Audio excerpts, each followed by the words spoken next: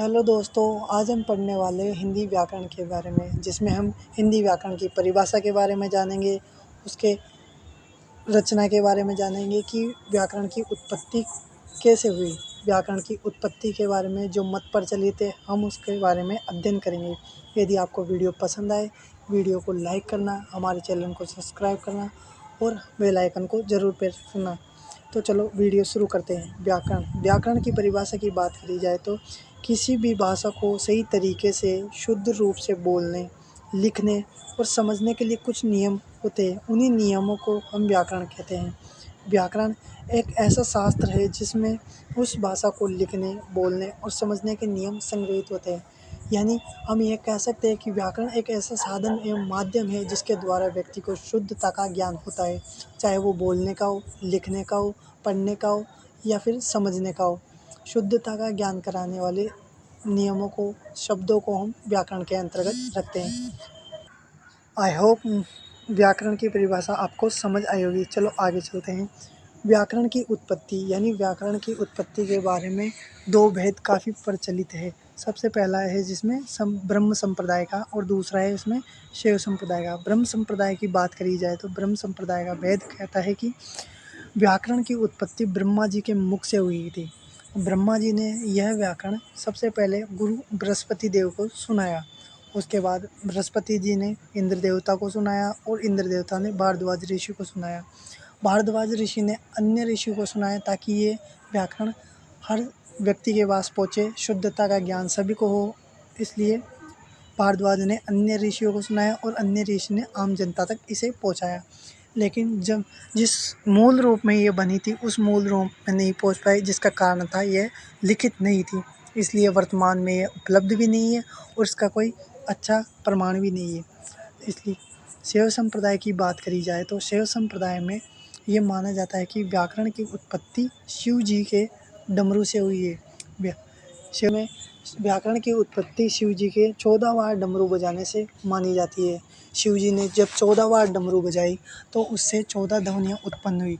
उन ध्वनियों से ही व्याकरण की उत्पत्ति को माना जाता है। ये कहा जाता है कि शिव जी ने उन 14 ध्वनियों को पाणिनि ऋषि को दिया और पाणिनि ऋषि ने उन 14 ध्वनियों से 8 अध्याय वाली पुस्तक की रचना करी, जिसे हम अष्टाध्यायी के नाम से जानते हैं।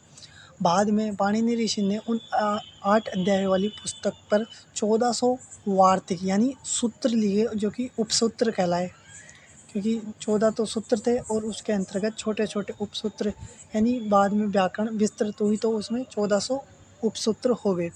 बाद में जब पाणिनि ऋषि ने इस अष्टाध्यायी पुस्तक को कात्यायन ऋषि को दिया और कात्यायन ऋषि ने इसे बाद में पतंजलि ऋषि को सौंपा।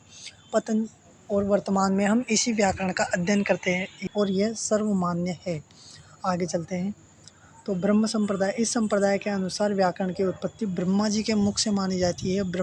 कहा जाता है कि ब्रह्मा जी ने व्याकरण बृहस्पति को सुनाया, बृहस्पति जी ने इंद्र ने भारद्वाज ऋषि को और भारद्वाज ऋषि ने अन्य ऋषियों को सुनाया। इस संप्रदाय के अनुसार प्रथम व्याकरण का अर्थ होता है, याद रखिएगा, पढ़ाने वाला, यानी प्रथम व्याकरण इंद्र को माना है।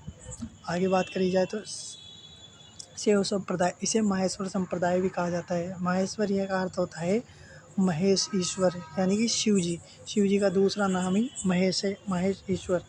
इस संप्रदाय के अनुसार व्याकरण की उत्पत्ति शिव जी के 14 बार डमरू बजाने से हुई। 14 बार डमरू बजाने से 14 ध्वनियाँ उत्पन्न हुई। उन 14 ध्वनियों से ही शिव जी ने पाणिनि ऋषि को दिया। पाणिनि ऋषि ने उन 14 ध्वनियों से 14 सूत्र बनाए, जिन्हें माहेश्वर सूत्र कहा गया। आगे चलते हैं। पाणिनि ने इन 14 सूत्रों से 8 अध्यायों वाली, ये 8 अध्यायों वाली पुस्तक की रचना करी, जिसे अष्टाध्यायी के नाम से जानते हैं। इस पुस्तक को पाणिनि ऋषि ने 400 सूत्रों पर 1400 उपसूत्र लिखे। कात्यायन ऋषि ने यह पुस्तक पतंजलि ऋषि को दी। वर्तमान में हम इसी व्याकरण का अध्ययन करते हैं और यही सिद्धांत वर्तमान में लिखित है और सर्वमान्य है। वर्तमान में इसमें देखा जाए तो 3978 सूत्र हो गए हैं। तो आई होप, मुझे लगता है कि आपको वीडियो पसंद आई होगी और आपको पता चला होगा कि किस प्रकार से व्याकरण की उत्पत्ति हुई है, हम कौन सी व्याकरण का वर्तमान में अध्ययन करते हैं।